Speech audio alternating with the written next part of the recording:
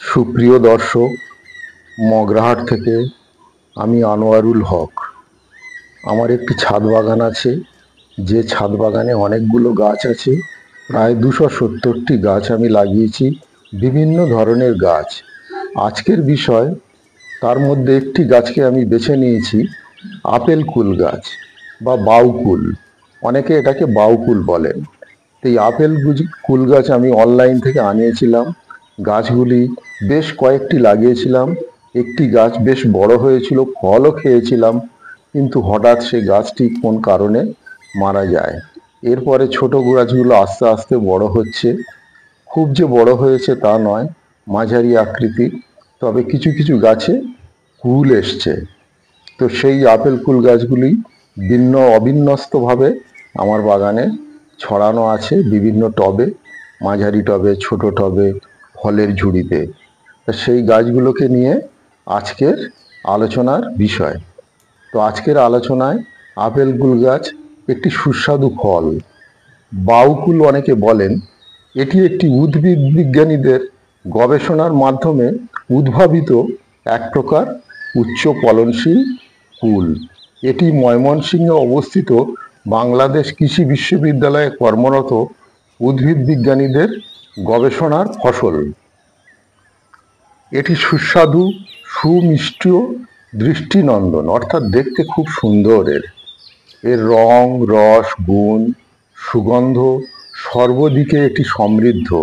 এটি বিশেষভাবে অর্থকরী, অর্থাৎ ঠিকমতো চাষ করলে, জমিতে ঠিকমতো চাষ করলে প্রচুর ইনকাম হওয়ার একটা সম্ভাবনা রয়েছে।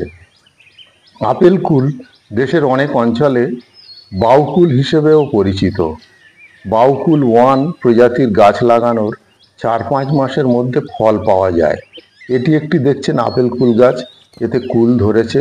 গাছটি যথেষ্ট ছোট। ফলের ঝুড়িতে আমি লাগিয়েছি। অনেক গাছের মাঝে, সবজির মাঝে এটি জন্মেছে, তবে দেখতে বেশ সুন্দর লাগছে। গাছটি অনলাইন থেকে কেনা, খুবই ছোট্ট গাছ ছিল, আস্তে আস্তে বড় হয়েছে। এই প্রচণ্ড গরমেও গাছটি যথেষ্ট সতেজ, নিয়মিত জলসেচ করার মধ্যে দিয়ে এবং নিয়মিত সার প্রয়োগের মধ্যে দিয়ে। তো আপেল কুল অল্প সময়ের মধ্যে একটি গাছ থেকে কমপক্ষে 10 কেজি কুল পাওয়া যেতে পারে। 2009 সালে বাংলাদেশে বা ভারতে প্রায় 15,000 টন বাউকুল চাষ হয়েছে বা আপেল কুল চাষ হয়েছে। একটি বাউকুলের ওজন প্রায় 90 থেকে 140 গ্রাম। যে কোনো সাধারণ কুলের ওজন 10 থেকে 30 গ্রাম। এই আপেল কুল ফলাতে সময় লাগে মাত্র 6 মাস, যেখানে সাধারণ কুল উৎপাদনে সময় লাগে 2 থেকে 3 বছর। এই কুলটি বৈজ্ঞানিক নাম জাইফাস মুরানিডাটা। কুলের একটি বিশেষ প্রজাতি। ভারতবর্ষেরও বিভিন্ন বিশ্ববিদ্যালয়ে এই নিয়ে গবেষণা চলছে। কর্মরত উদ্ভিদ বিজ্ঞানীদের মধ্যে অনেকেই এটা নিয়ে যথেষ্ট কাজ করছেন। প্রথম দফায় উদ্ভাবিত এই কুলের পূর্ণ নাম রাখা হয়েছে FTIP বাউকুল 1।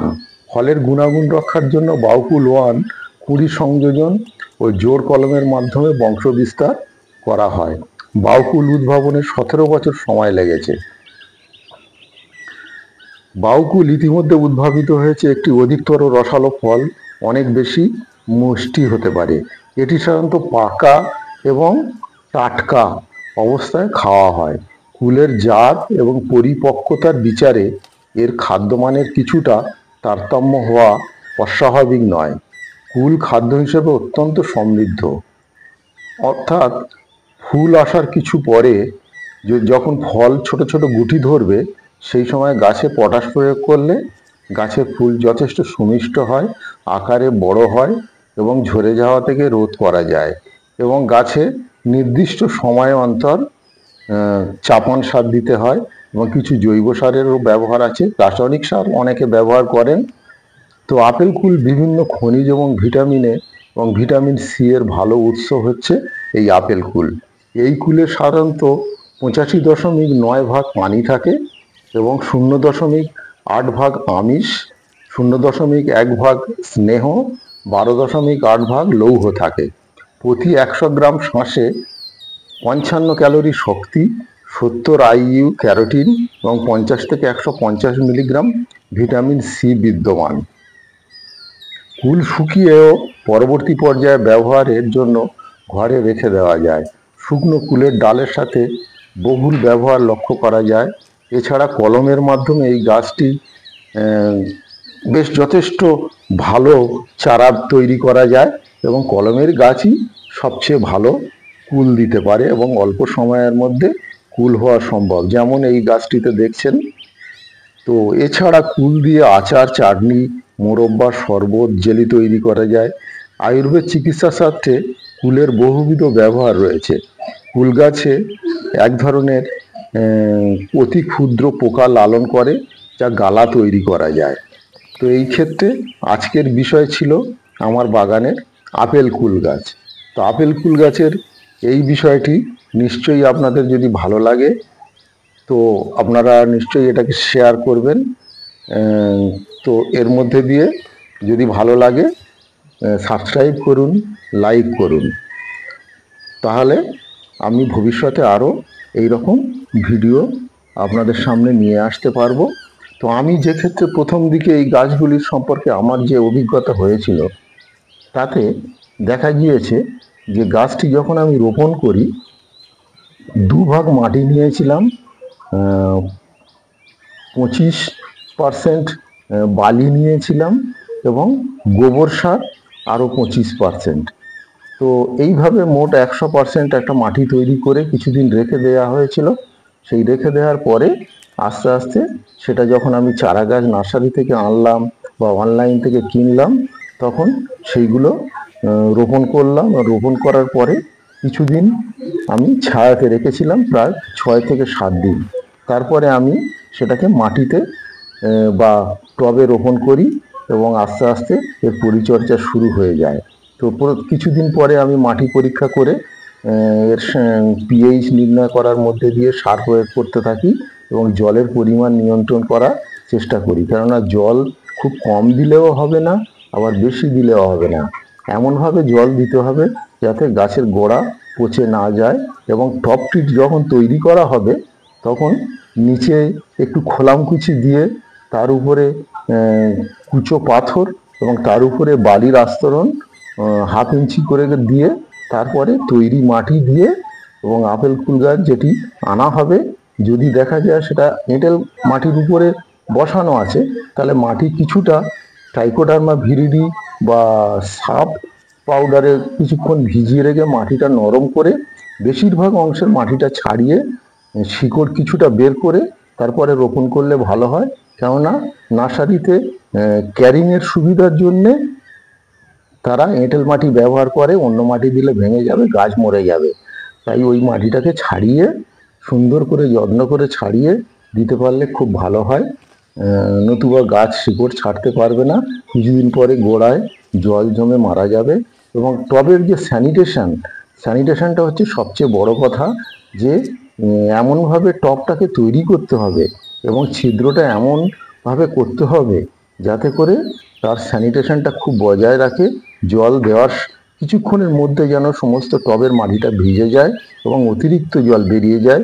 বিশেষ করে বর্ষাকালে অতিরিক্ত জলের জমে গিয়ে যে গাছের ক্ষতি হয়, সেইটা যাতে না হয় এটা লক্ষ্য রাখা খুবই জরুরি। এবং গাছের পাতা এবং পোকা লাগার দেখে পর্যবেক্ষণ করে তার উপযুক্ত ইনসেকটিসাইড বা পেস্টিসাইড বা ফাঙ্গিসাইড ব্যবহার করতে হবে নির্দিষ্ট সময় অন্তর। এবং ফাঙ্গিসাইড ব্যবহার করতে হবে সন্ধ্যার পরে এবং ইনসেকটিসাইডও সন্ধ্যার পরে ব্যবহার করতে হবে। দিনে 2 বার জল প্রয়োজন মতো দিতে পারলে খুব ভালো হয়। আবার বলছি, জলের পরিমাণ বেশি হবে না, কম হবে না। জল যেন মাটি যেন ক্ষার বেশি না হয় বা অ্যাসিডিক না হয়, তার মাঝে মাঝে পিএইচ পরীক্ষা করার যন্ত্র দিয়ে মাটিটা পরীক্ষা করে নিতে হবে, যাতে করে প্রয়োজনীয় সার মেশানো যায়। সমস্ত সারের মধ্যে আমি যেটা ব্যবহার করি 19-19-19 এবং আলাদা করে পটাশ, আলাদা করে বায়ো পটাশ এবং সালফেট অফ পটাশ এবং ফসফরাস এবং ইউরিয়া মাঝে মাঝে দিয়ে থাকি, এবং গোবর জল এবং খোল পচানো জল এবং তার সাথে গুড় মিশিয়ে একটু সালফেট অফ পটাশ দিয়ে যেতে পারে, এবং তার সাথে এক ধরনের অপশন সল্ট দিয়ে এটাকে তৈরি করলে খুব ভালো ফল পাওয়া যায়। এইভাবে আমি করে থাকি। তো সুপ্রিয় দর্শক, আজকের ভিডিওটি যদি আপনাদের ভালো লেগে থাকে সাবস্ক্রাইব করুন চ্যানেলটি। আমার চ্যানেলের নাম অল ইন ওয়ান।